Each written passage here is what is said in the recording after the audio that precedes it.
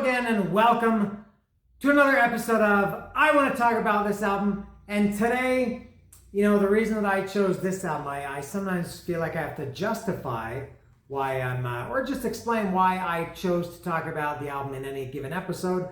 The reason I'm doing this one today, YNT, or Yesterday and Today, is because I think I'm trying to desperately cling to my great vacation memories of my time in Thailand and Cambodia, in this case Thailand, because I got this record. If you were following my adventures on my vacation, you saw it when shortly after I bought it, or that day.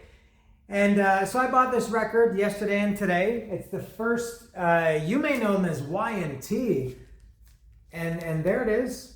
All right, I'm going to talk about this today. So this is YNT. They were called Yesterday and Today for their first, I don't know if it was just this record, their first one, 1976. I think the second one too. Definitely by the third one. I know the third one was Earthshaker. They were YNT then. I can't remember the name of the second record. And I can't remember if they were YNT. I think the second record was Yesterday and Today. But I can't remember the title of the record. I'm not a big YNT fan. I'll get to that. So I'm trying to cling to any memories that I have of Thailand. So that's why I'm going to do this today. So I got this, as I said, in Thailand. My friend Fabian, who I talked about Kiss Alive in the last episode. He runs this great Kiss Archives Instagram page, and he lives in Bangkok, as it turns out. So we met up and we did some record shopping. I did some record shopping. I bought 3 records. He didn't buy anything, but he took me to about 10 record stores, all in the same mall. And I got this record, Yesterday and Today, or YNT if you're into brevity. It's probably great that they changed their name, because Yesterday and Today, it was just too long. YNT, it's short, it gets right to the point, it doesn't waste your time. Yesterday and Today, it's like, get to the end of the story. What is the name of the band? So anyway, so I got this one for only, and the price is still on it. This was 300 baht, 300 Thai baht, which is around $8 or $9 US, let's say. I think that's a great price. And I just, I was just in, I don't know when this video will be up, but in real time, I was just at El Chopo 2 days ago. And I talk about this in that video, and I talked about it in every video that I go to El Chopo. The records are stupidly priced there, and in many cases in terrible condition. This was a third of the price of a lot of the stuff you see at El Chopo, and probably 3 times better condition too. So getting back to my YNT history, this is the third YNT episode I've done. I did Open Fire, which I love. I did Black Tiger, and it's funny because I bought Black Tiger in Turkey, and I bought Yesterday and Today in Thailand. So YNT is like a real international band for me. And prior to those 3, I didn't have any YNT records. When I was, I guess, 15, I did have In Rock We Trust, but was never a big YNT fan. I liked them well enough. I did later get Contagious and 10, and I think I did have Open Fire. I think at the time, I can't even remember if I had it or not. But until today, I'd never heard this record, the first YNT record, Yesterday and Today. So I had to listen to it a couple times. I took notes. It's kind of a strange record, and as far as first records go, it seems that every band, their first record, it's either considered their classic, they will never top it, or it's considered one that people almost don't even consider as part of their catalog. I think it's more that it's considered classics. I think a lot of people love, think of the first Van Halen record, Pearl Jam 10, Appetite for an Onion. What else? Kill 'Em All. Bonded by Blood. What else? Motorhead. No. Motorhead is one of the opposite. Motorhead, the first Motorhead record, is, I think, pretty much forgotten. The first Red Hot Chili Peppers album is forgotten. But this one, I have no idea. I'm not into the world of YNT enough to know what fans think about this record. If you're a YNT fan, I know some of you watched when I did Open Fire and Black Tiger, there were a few comments from YNT fans. Somebody especially, I can't remember his name. If you're watching this again, you know who you are. You can straighten me out here. Help me out. I don't know what YNT fans think of this record. I feel like it's probably, based on what I thought about it, I don't think it's a great record. I don't think it's very good. I don't know what songs from this album they've kept in their set list live over the years. There's only one song on this record that I'd heard before. You probably know what it is. And so I really don't know anything about this album. I feel like it's not considered a classic in the Y&T realm. Help me out if you know if that's true or not. Yeah, I don't think it's not. I think they hadn't really found their sound. I can't even recognize Dave Menikety's voice on some of these songs. You can kind of recognize his style, some of the kind of little ad-libs or inflections that he does, how he kind of ends sentences or ends lines of songs. You can identify it as that. But vocally, I guess his voice changed a lot over the years. So it's a 1976, man. I first heard Y&T in 80. I must have been 83. I think Mean Streak might have been the first Y&T song I ever heard, and then later In Rock We Trust. And they were a very different band by then. And similar to Scorpions, you know, when I was that age and you hear a band and they're new to you, you think that they're a new band, and little do you know that their history is quite deep. So when I heard Mean Streak, that was their fifth album. They had this one, Yesterday and Today, the second one, whose name I can't remember. Earthshaker, was Black Tiger after that, and then Mean Streak, I can't remember. And same with Scorpions. I got into Scorpions in 82 with Blackout, and I didn't know that they had Lonesome Crow and Fly the Rainbow, Virgin Killer, Taken by Force, all these other records. So it's and to be honest, this record, Y&T, Yesterday and Today, I don't love it. It's fine, I guess. I didn't think that there was one song on it that really caught my attention. I said, oh man, this song is great. I want to listen to it again and again. But there wasn't really one song. Also, I thought this song sucks. Unlike Peter Criss's 1978 solo album, where every song sucks. So I'm pretty neutral on this. I guess it's a good first record and probably appropriate for the time, 1976. But I think I've said all I need to say about this record. I'll get to it now and do the track by track. So it is still in this sleeve. I haven't opened it. It's not sealed. This is the plastic that it comes in the store. It seems, at least outwardly, in excellent condition. And the store where I bought this, the store where I bought this only had this one, at least as far as I saw. There was another store in that same mall in Bangkok. That guy had 2 or 3 copies each of Black Tiger and Down for the Count. He had In Rock We Trust, Contagious, Open Fire. I don't know, Y&T seems to be quite big in the used market in some of these countries. So, and there's what the back looks like. And the one thing that is great about this record, although you could say this about probably a lot of records from this era, 1976 records were short. This was 9 songs.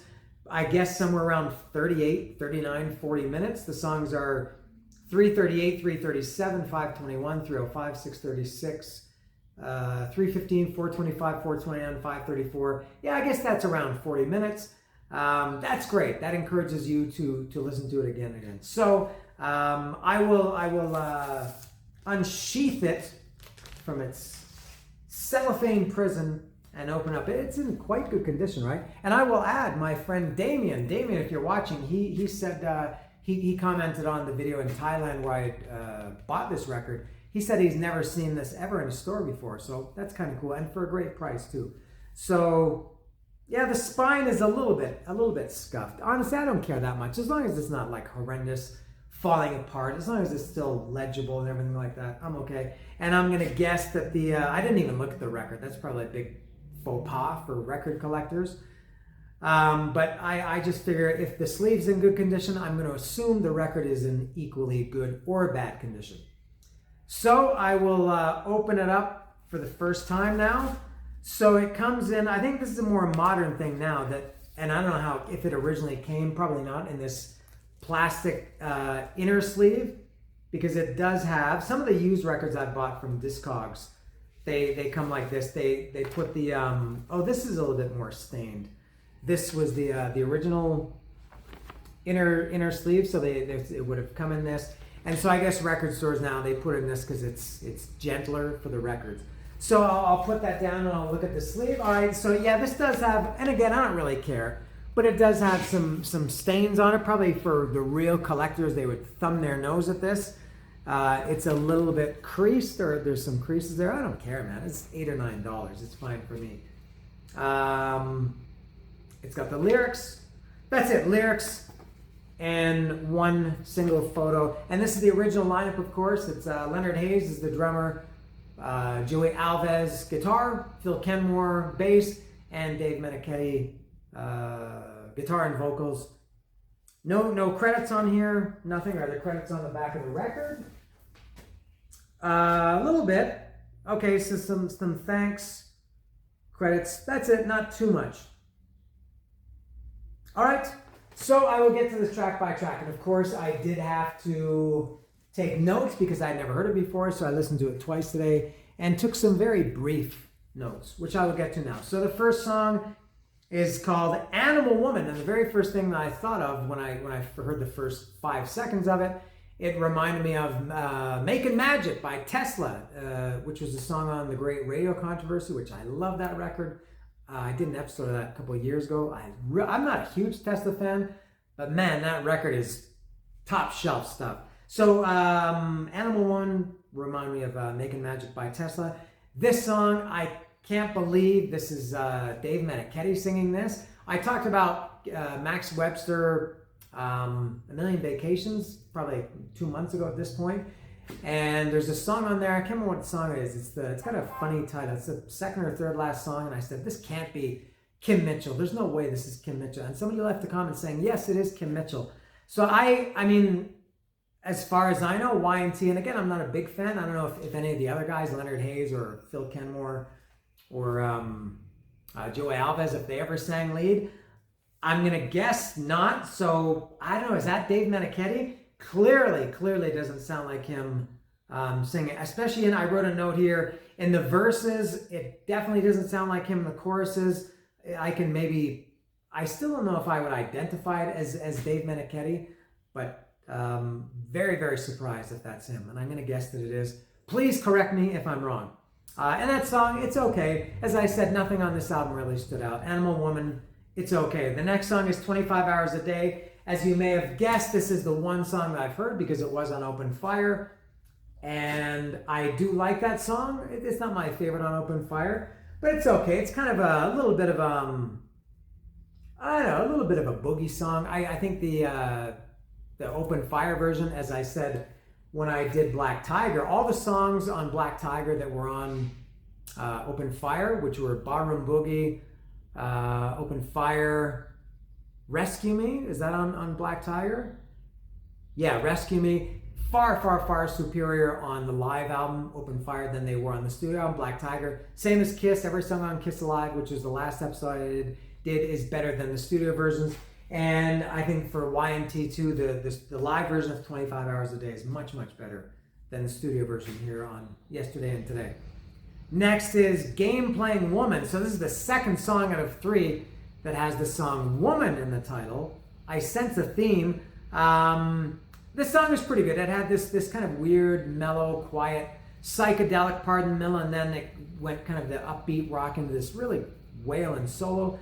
It was pretty good. I think this one was, I could identify Dave Meniketti's voice a little bit more. Still, he didn't sound like the Dave Meniketti that I know.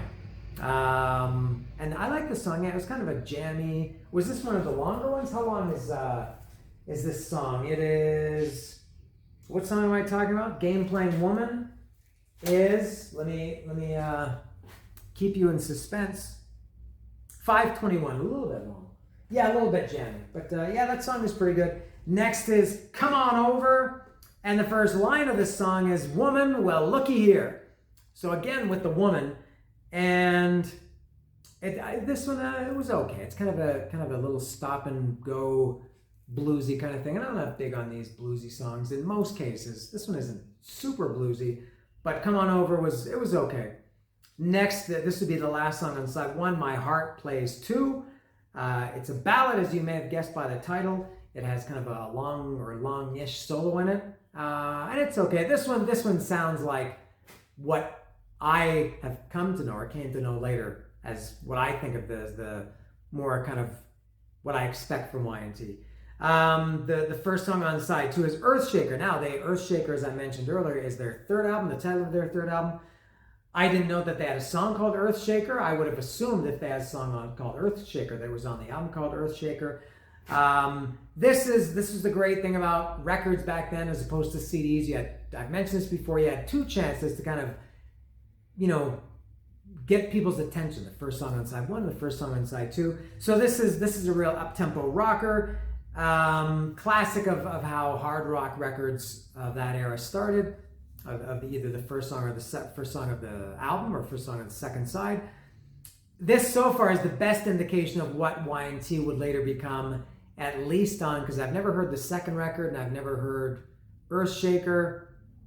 Black Tiger was third. By the time Black Tiger came, I think they had kind of found their identity, and Earthshaker, I think, is a good indication of that. Next is they're trading woman for ladies. So this next song is called Fast Ladies, and then parentheses, Very Slow Gin. Same as Earthshaker. It's much more up-tempo rocker. This one sounds more like Y&T, which I like. And it's maybe what you would expect from Y&T if you got into them late, as I did.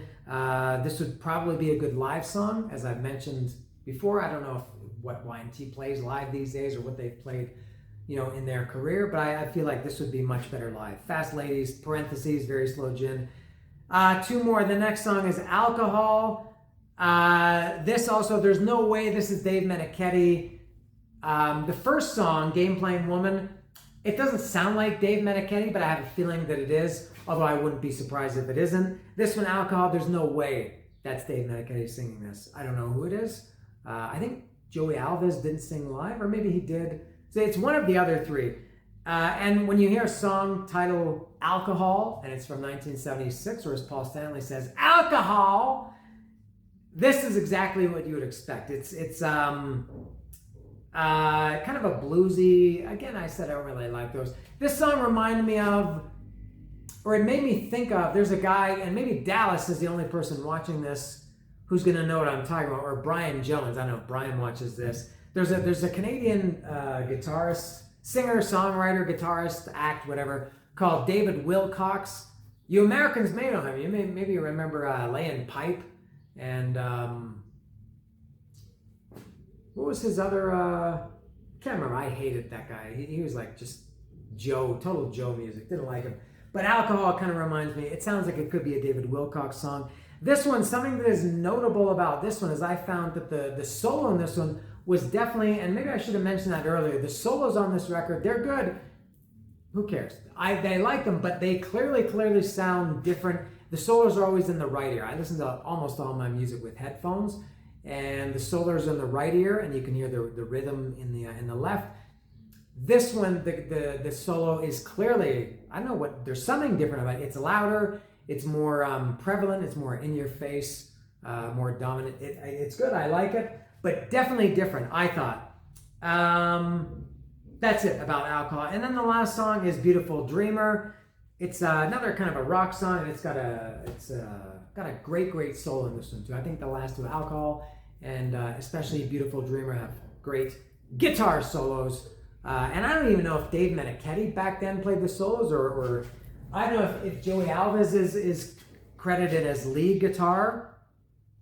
It just says Joey Alves rhythm guitar. Yeah, Dave Meniketti lead guitar. Okay. So anyway, there's some wailing guitar solos. I guess I can hold this on this album. So that's it. So yeah, this is, like I said, I can't imagine that I'm going to get into this record too much. It's so. But please, if you're a Y&T fan, let me know not just what you think, but what is the general consensus amongst the real Y&T nerds, the Y&T fanboys, the Y&T, the people that would, defend Y&T to their death. What does everybody think about this album? What do you think about Leonard Hayes' shorts? Yeah, I like them. They're very 70s. And look at Joey Alves. He's like a ghost. It's like the spirit of Joey Alves is on this record cover. But I'm very glad that I bought it. It's cool to find something like this, I guess, anytime, but especially when you're on vacation and you're more prone to, being excited about things like this. So I'm glad that I had it. Glad that I found it. Glad that I have it. And that's all for this first record, yesterday and today.